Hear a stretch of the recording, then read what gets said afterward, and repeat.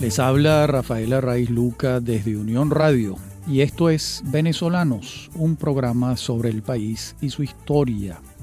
En la continuación de la serie sobre la historia política del siglo XIX venezolano. Este es el programa número 5 de esa serie. En el programa anterior estábamos en la victoria de José Tomás Boves en La Puerta, el 15 de junio de 1814. Y ese día, a la medianoche, Bolívar escribe un parte de guerra y en él se puede leer lo siguiente: de cuantos golpes ha recibido la patria, ninguno es más fatal que este, pues Boves puede penetrar hasta Caracas sin obstáculo por la distancia en que se hallan nuestras fuerzas de Occidente, y porque en nuestra infantería no debemos contar en 3 días que debe gastar en el tránsito de La Puerta aquí, por las serranías de Caicara y del Pao. El enemigo ha variado de divisa y hace uso de la blanca, lo que comunico a vuestra excelencia, para que lo haga saber al público. Bien, dramático el parte, porque eso fue finalmente lo que ocurrió. Boves toma Valencia el 8 de julio, el 10 llegan Cajigal y Calzada, y Bolívar y Mariño, que están en Caracas y saben ya de la cercanía de Boves, deciden la célebre emigración a Oriente o huida a Oriente el 6 de julio de 1814. De modo que el horizonte no puede ser menos promisorio. Va a iniciarse una tragedia. Y ante el avance indetenible de Boves, quien ya estaba con sus fuerzas el 29 de junio en Puerto Cabello y se dirigía hacia Caracas, una junta de notables deliberó acerca de qué opciones tomar. Bolívar impuso su criterio: evacuar la ciudad y huir a Oriente, hacia donde ya había partido el general Mariño, y los patriotas conservaban alguna fuerza bélica en Oriente. Señala Francisco Javier Llanes que el 7 de julio abandonaron la ciudad cerca de 20.000 personas.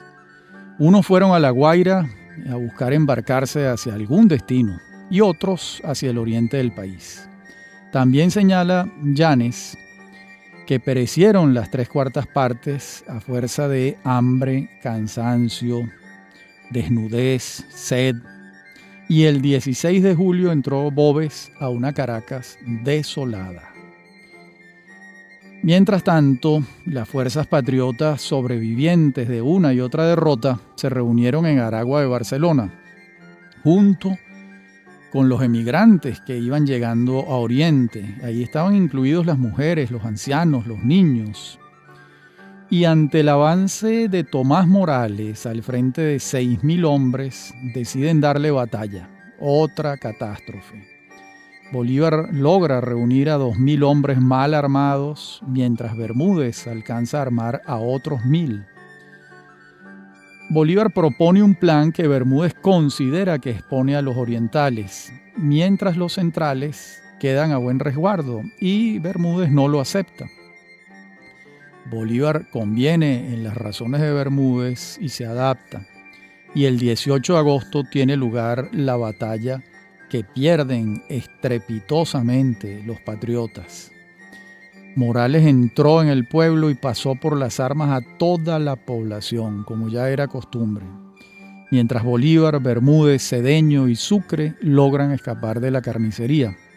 Las cifras de la mortandad oscilan entre 3.000 y 4.000 muertos, incluida la población civil, y muchos de los caraqueños que habían emigrado a Oriente huyendo de Boves. Aquello fue un desastre. Y pedazos, jirones del ejército y algunos civiles de los emigrantes logran llegar a Cumaná el 20 de agosto, con Bolívar a la cabeza. Y Bermúdez, que ha sido herido de bala en el brazo, y Agustín Armario y Antonio José de Sucre y los Monagas llegan a Maturín. De inmediato comiencen a moverse las fuerzas más oscuras, es decir, esas fuerzas que siempre buscan un culpable de la derrota, y van a ser señalados Mariño y Bolívar. ¿Quiénes los señalan como los culpables? Rivas y Piar.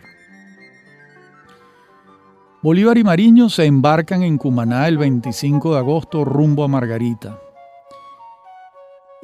Con el tesoro de la plata labrada de las iglesias de Caracas, con el que vienen cargando desde que salen de la capital para salvar ese tesoro de la plata de la tropelía saqueadora realista. Hacen ese viaje en embarcaciones pequeñas y llegan a Pampatar.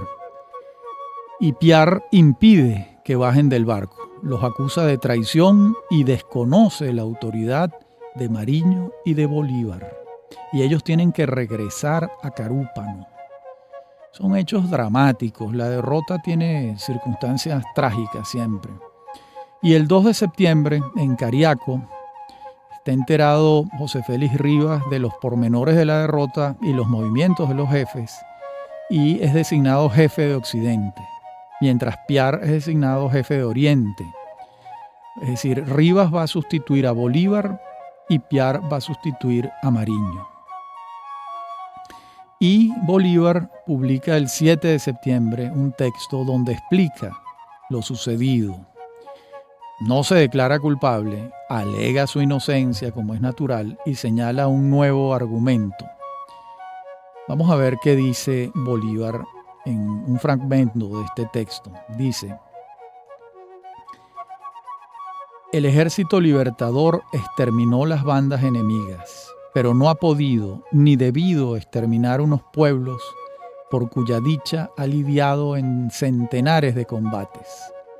No es justo destruir los hombres que no quieren ser libres, ni es libertad la que goza bajo el imperio de las armas, contra la opinión de seres fanáticos cuya depravación de espíritu les hace amar las cadenas como los vínculos sociales.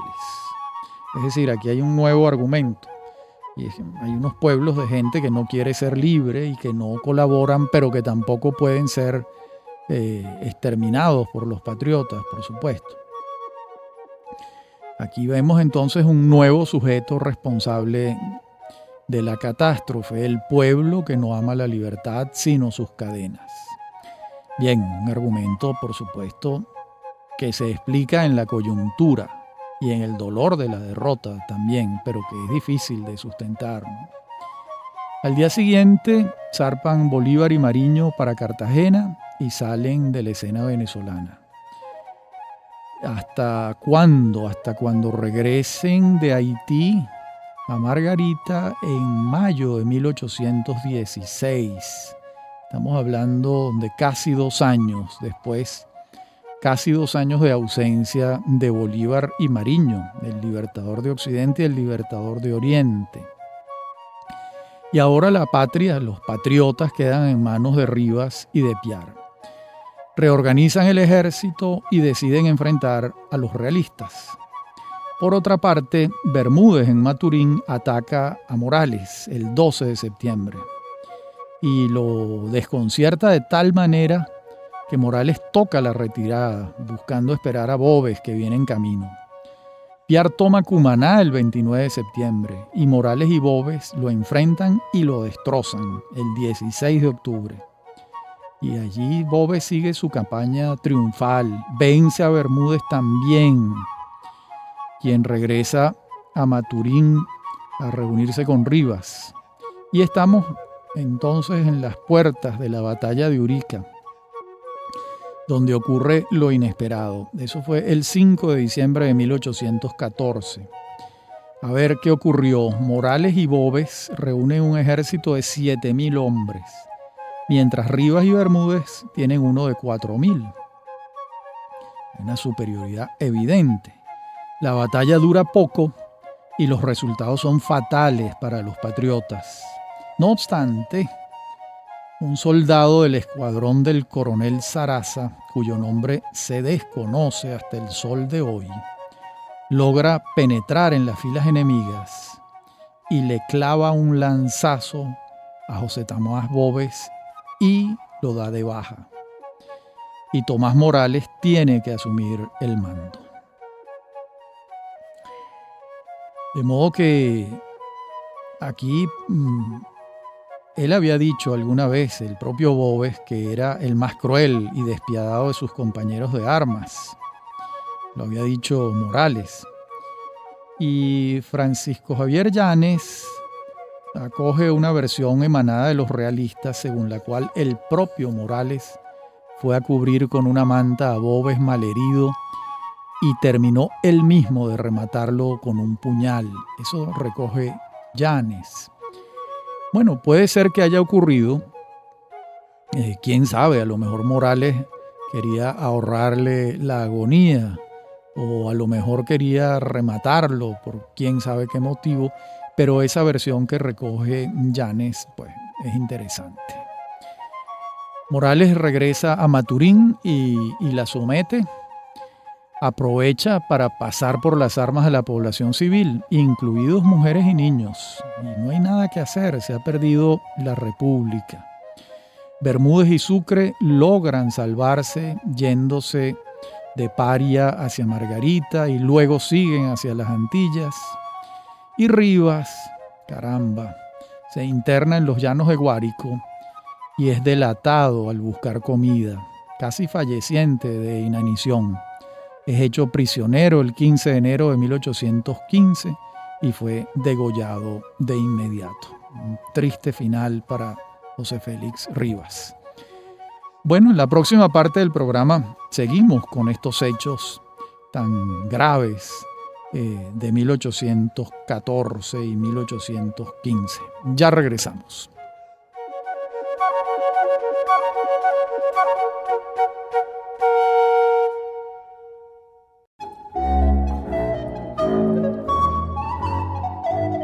Decíamos en la parte anterior del programa que José Félix Rivas, que se había escondido en la maleza, en una zona del estado Guárico, buscando comida, es delatado, es hecho preso, es degollado de inmediato y su cabeza es enviada a Caracas en una jaula, coronada por el gorro frigio que solía usar con frecuencia para que identificaran la cabeza de Rivas. Y la colocan en el camino que va de Caracas a La Guaira, el famoso camino de los españoles. De modo que aquí todo ha fracasado. Han muerto miles de personas en el campo de batalla o han sido ejecutados por las armas realistas en las ciudades donde entraron los realistas a saco. Otros han fallecido en un éxodo trágico, pareciera extraído de un capítulo de alguna maldición bíblica. Y la verdad es que este es uno de los momentos más difíciles en toda la historia de Venezuela. Todo se ha perdido y a unos costos altísimos. Por su parte, Rafael Urdaneta se entera del desastre y avanza hacia Cúcuta, salvando a su ejército de Occidente. Y Páez es autorizado para trasladarse a los llanos del Casanare, hoy en día Colombia. Entonces, Nueva Granada.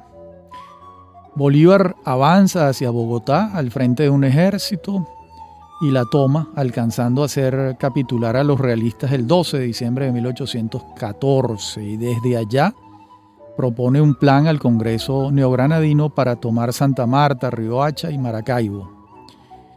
Y el Congreso lo apoya, pero al requerir el respaldo de Manuel Castillo en Cartagena para la campaña, el general Castillo se lo niega de plano, porque era un enemigo jurado del Libertador. Y bueno, aquí no hay posibilidades para Bolívar, y Bolívar se va. El 9 de mayo de 1815 se embarca en Cartagena rumbo a Jamaica. Un nuevo fracaso para el Libertador.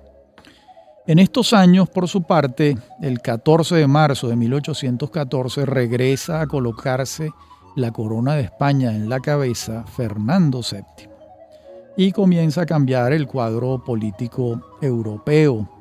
Esto va a ocurrir a partir del año anterior, el 11 de diciembre de 1813, cuando el Tratado de Valencey Napoleón reconoce a Fernando VII como rey y este regresa a España, como les dije, el 14 de marzo de 1814. Y se niega a reconocer la Constitución Liberal de Cádiz de 1812 y vuelve por sus fueros de la monarquía absoluta. No quiere una constitución liberal, quiere mandar a sus anchas. Esto es, por supuesto, un retroceso para el pensamiento liberal. Y la situación, comienza a ser también distinta para los españoles en la península. Y podemos decir que en apenas un año, tanto Bolívar como Mariño han conocido pues la gloria y el desastre. Muchos patriotas han quedado en el campo de batalla. Algunas veces parecía que se estaba venciendo definitivamente y otras parecía que se perdía irremediablemente. Ese año fue de vértigo, el año de agosto de 1813 a el segundo semestre de 1814. Y empezaron también los problemas entre los líderes de los patriotas. Vimos cómo Rivas sustituye a Bolívar, Piar sustituye a Mariño, los culpan de las derrotas y también vimos la carnicería de Boves y de Morales y fue realmente una situación bastante difícil y desastrosa y para colmo ha regresado Fernando VII, quien está decidido a recuperar el territorio de la América Española para su corona. Y por ello es que designa al general Pablo Morillo al frente de un ejército compuesto por 12.254 soldados. Y imagínense ustedes, eso es lo que viene en camino. Mientras tanto, ¿quiénes resisten en el territorio de Venezuela? Los hermanos Monagas en una zona del oriente del país y José Antonio Páez en los llanos. Allí va a haber una resistencia y va a comenzar la táctica de la guerra de guerrillas en la que José Antonio Páez era un maestro. Y allí va a estar entonces una resistencia, al igual que Francisco de Paula Santander en los llanos del Casanare, en hoy en día la República de Colombia. Es así como el mariscal de campo, Pablo Morillo y Morillo, encabeza la expedición.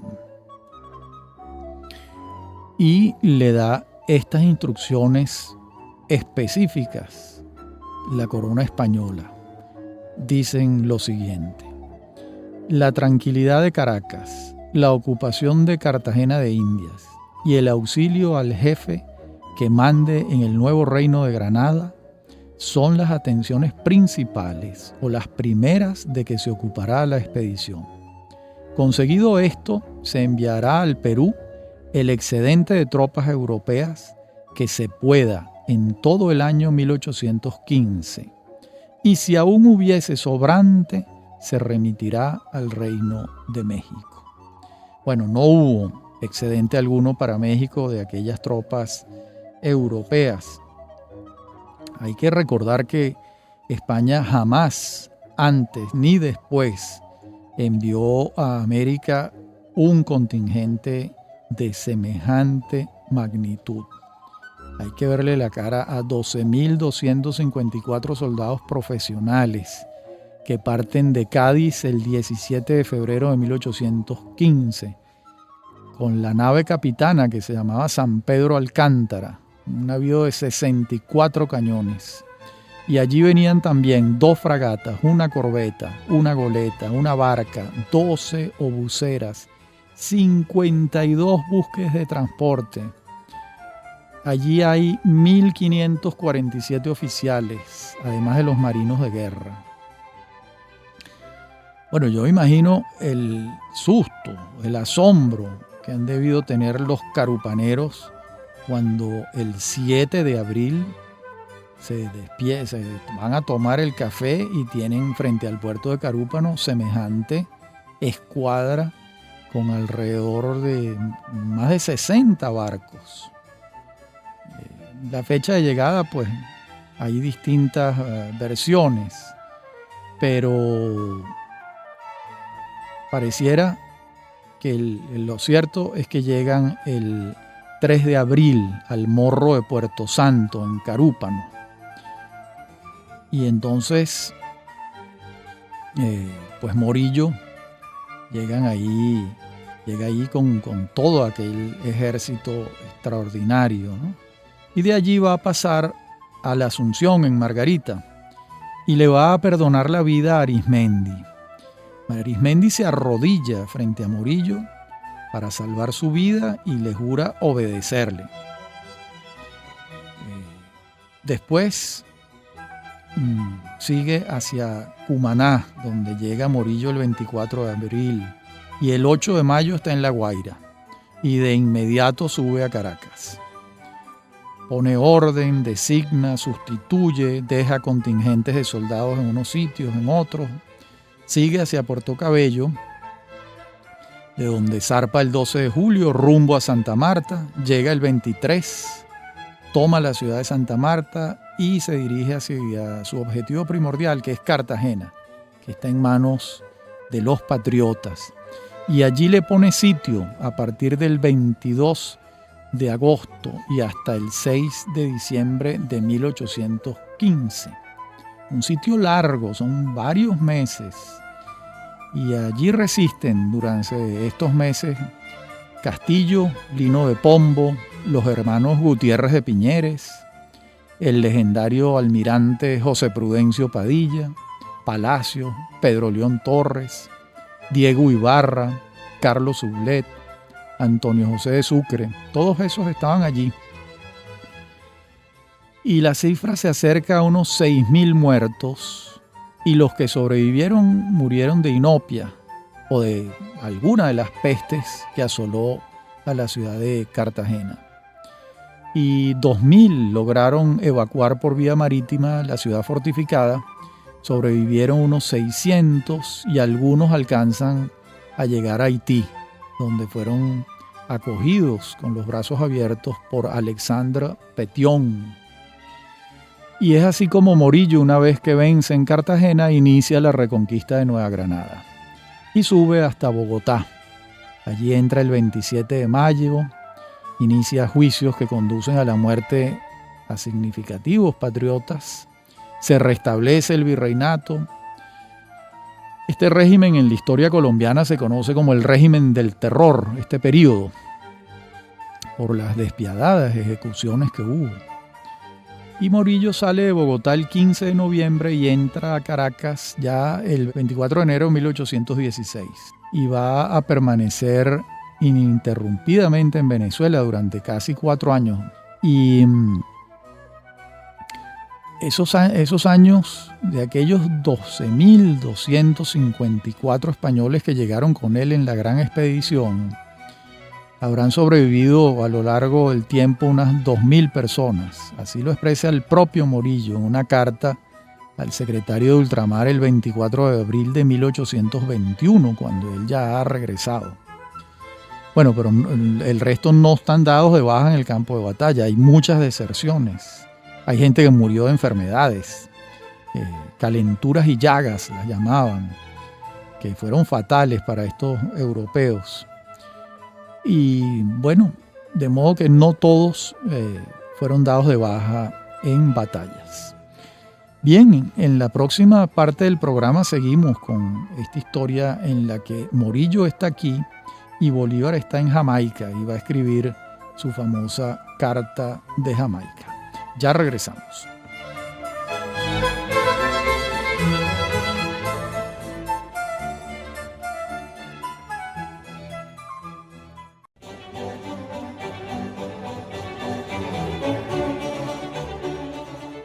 Mientras Bolívar está en Jamaica, en Venezuela está desarrollándose una nueva etapa bélica que señalamos antes, que es la guerra de guerrillas.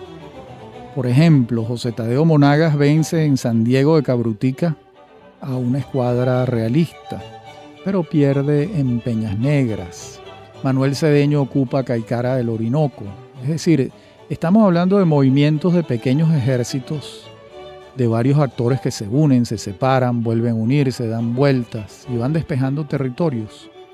Esta práctica la ha estudiado estupendamente Clément Thibaut en su libro Repúblicas en Armas, los ejércitos bolivarianos en la guerra de independencia en Colombia y Venezuela.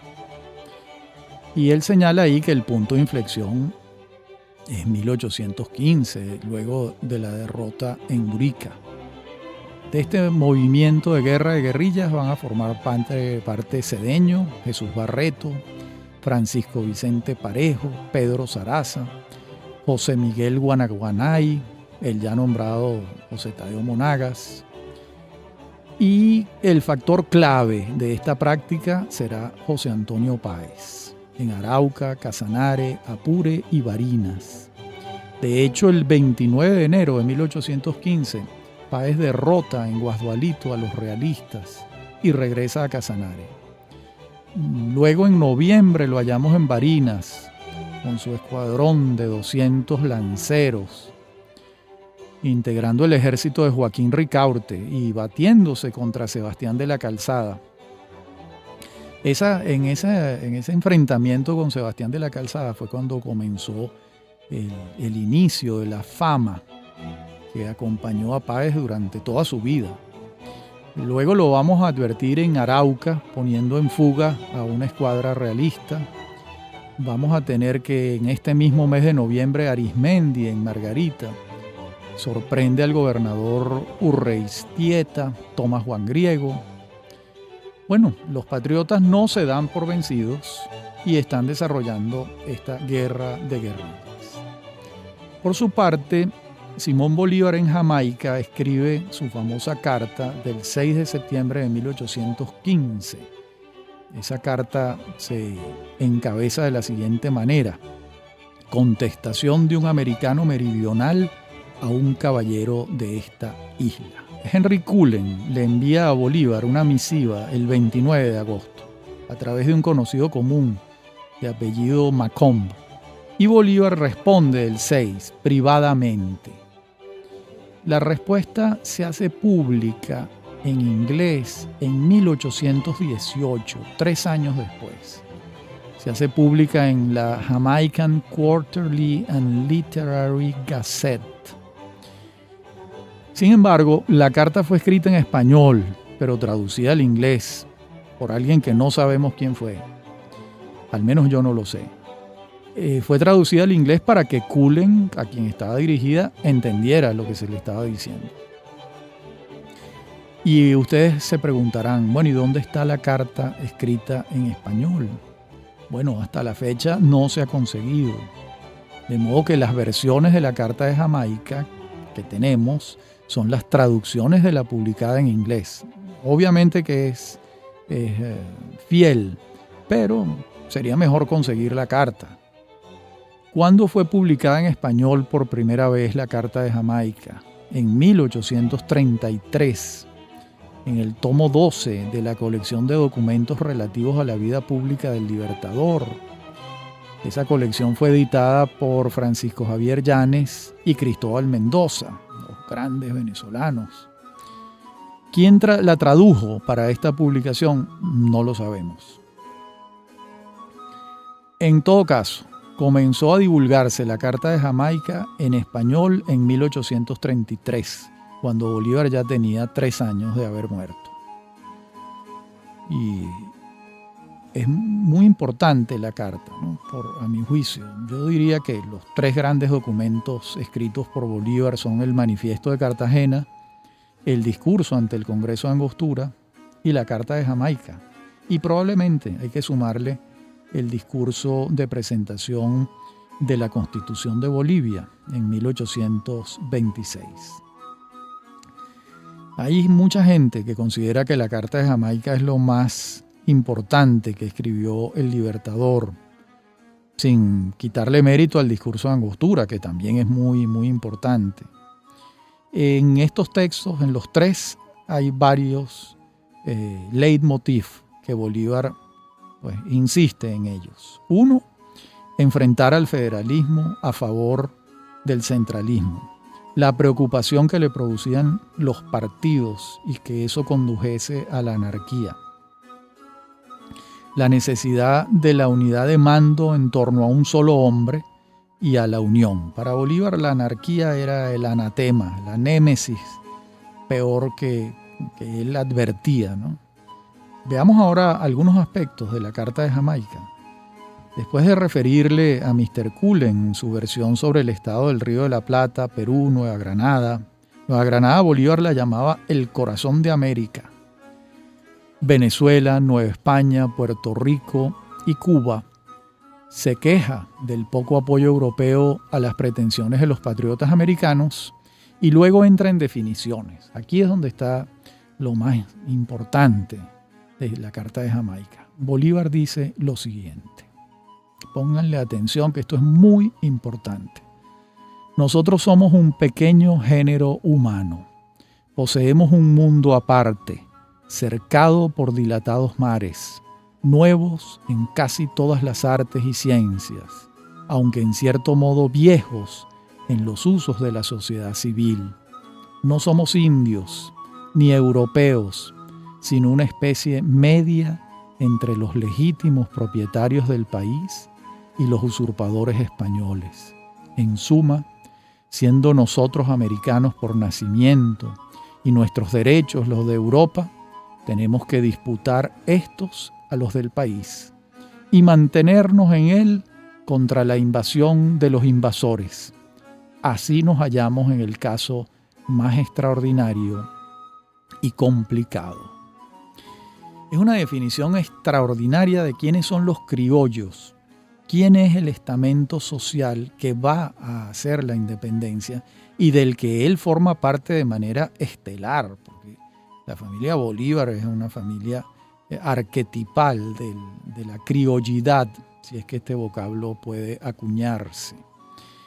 Y dice, estamos en el caso más extraordinario y complicado, les repito, no somos indios ni europeos, sino una especie media entre los legítimos propietarios del país y los usurpadores españoles. Esa especie media son los criollos. Es el estamento que Bolívar encabeza y que va a ser el que articule todo el proceso de independencia. De modo que esos quienes somos nosotros, pues son los criollos, sin la menor duda. Es la voz del estamento al que pertenece y al que él juzga en el caso más extraordinario y complicado.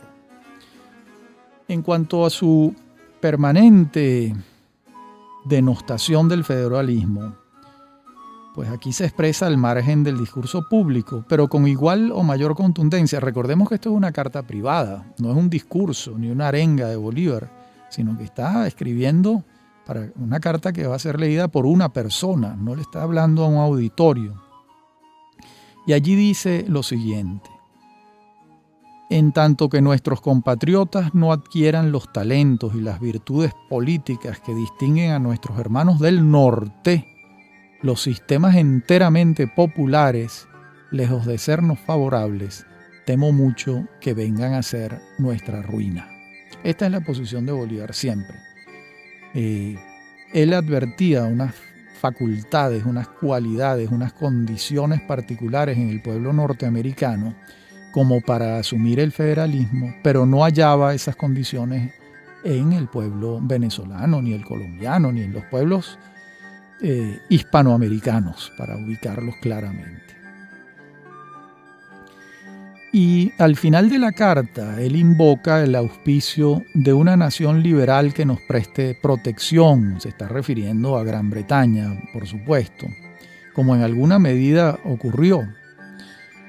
De modo que, pero Bolívar estaba allí pensando en algo más estable y de mayores consecuencias que la ayuda bélica, que va a ser determinante, por supuesto, a través de la Legión Británica que reclutó Luis López Méndez en Londres por indicación, por mandato de Simón Bolívar.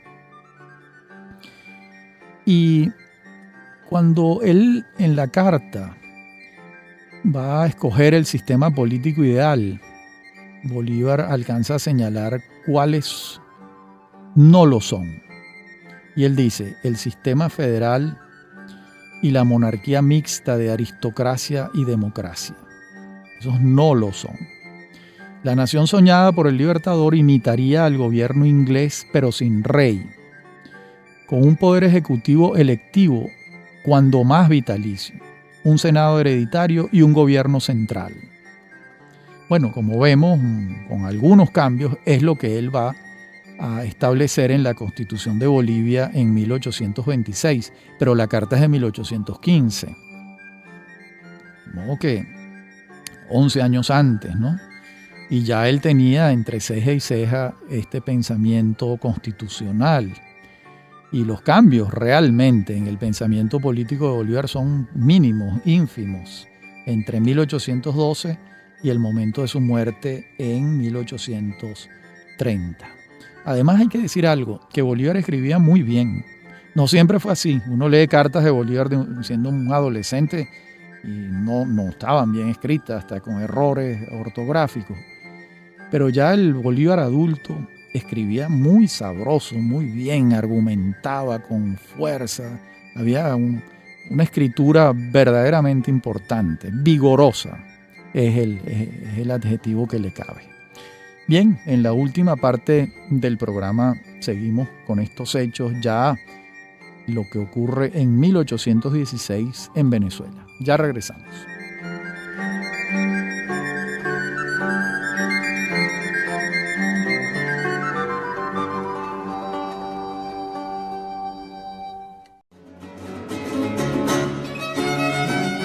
Decíamos en la parte anterior del programa que regresamos a Venezuela.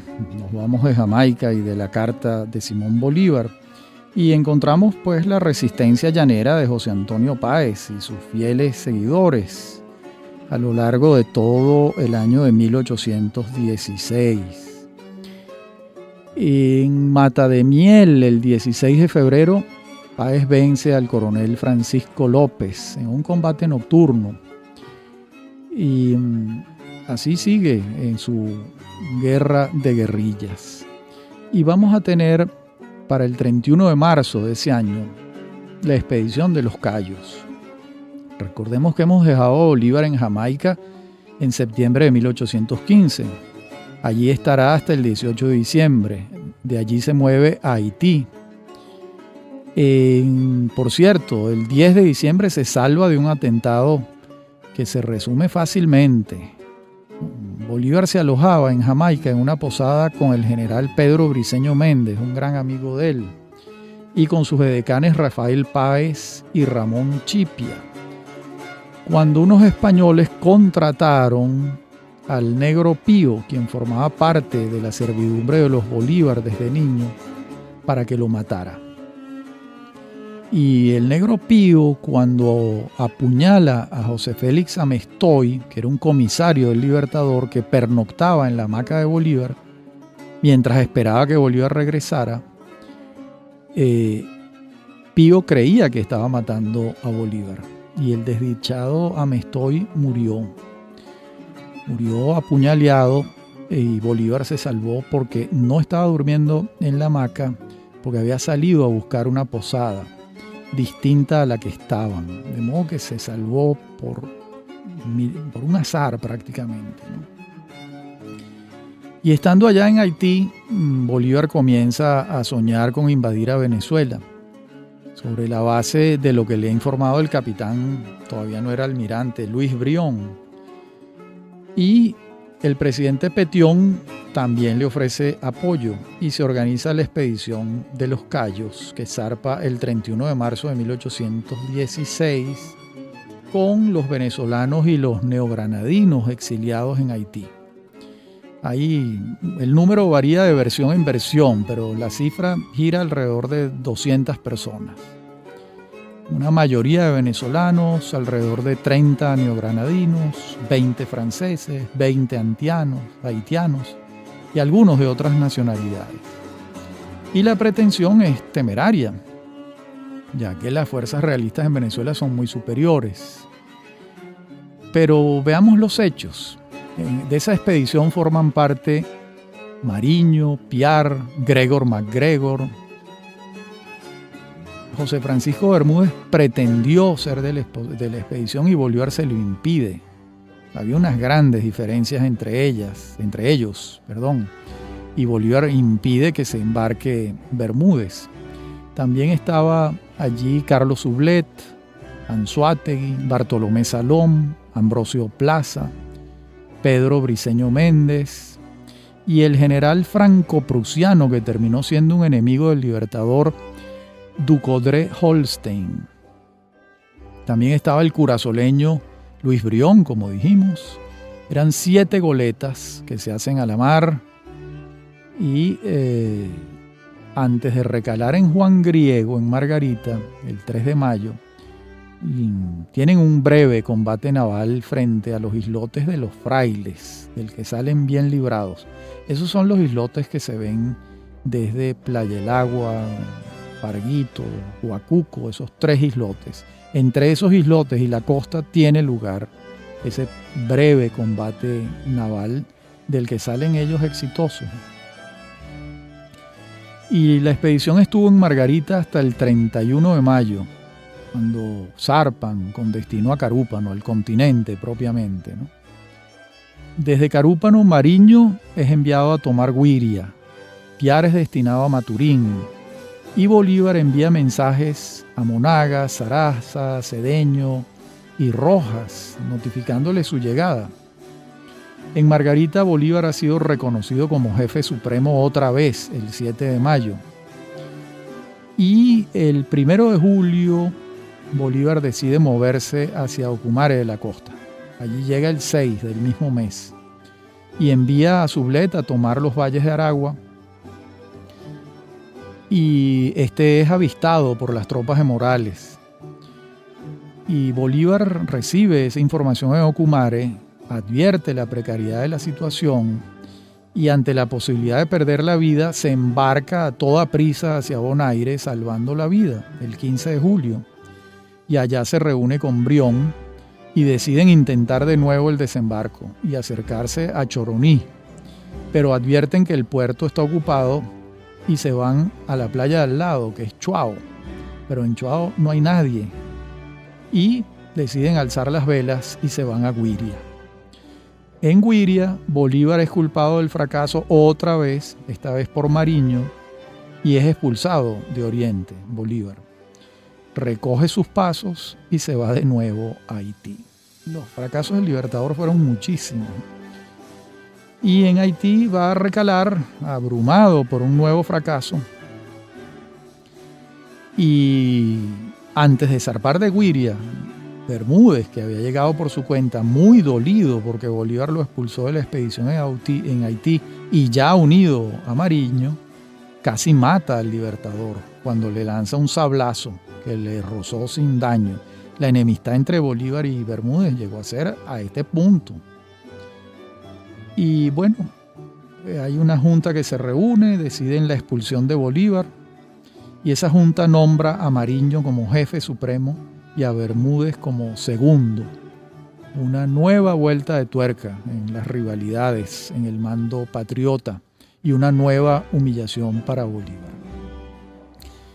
En nuestro próximo programa seguiremos viendo todos estos hechos que nos dan cuenta de lo difícil que fue todo este proceso, que no fue unánime y que a Bolívar le costó mucho trabajo imponerse sobre los otros caudillos, sobre los otros líderes militares de su tiempo, quienes le discutían la supremacía por muchos motivos.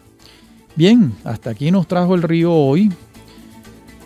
Me acompañan en la producción Inmaculada Sebastiano y Fernando Camacho, en la dirección técnica Giancarlo Caraballo. A mí me consiguen en mi correo electrónico rafaelarraiz@hotmail.com o en Twitter @RafaelArraiz. Ha sido un gusto hablar para ustedes en este programa tan movido, tan bélico y tan atravesado de fracasos para los patriotas, pero ya vendrán tiempos mejores, sobre todo en el programa que viene, donde se anuncia ya la recuperación. Hasta nuestro próximo encuentro.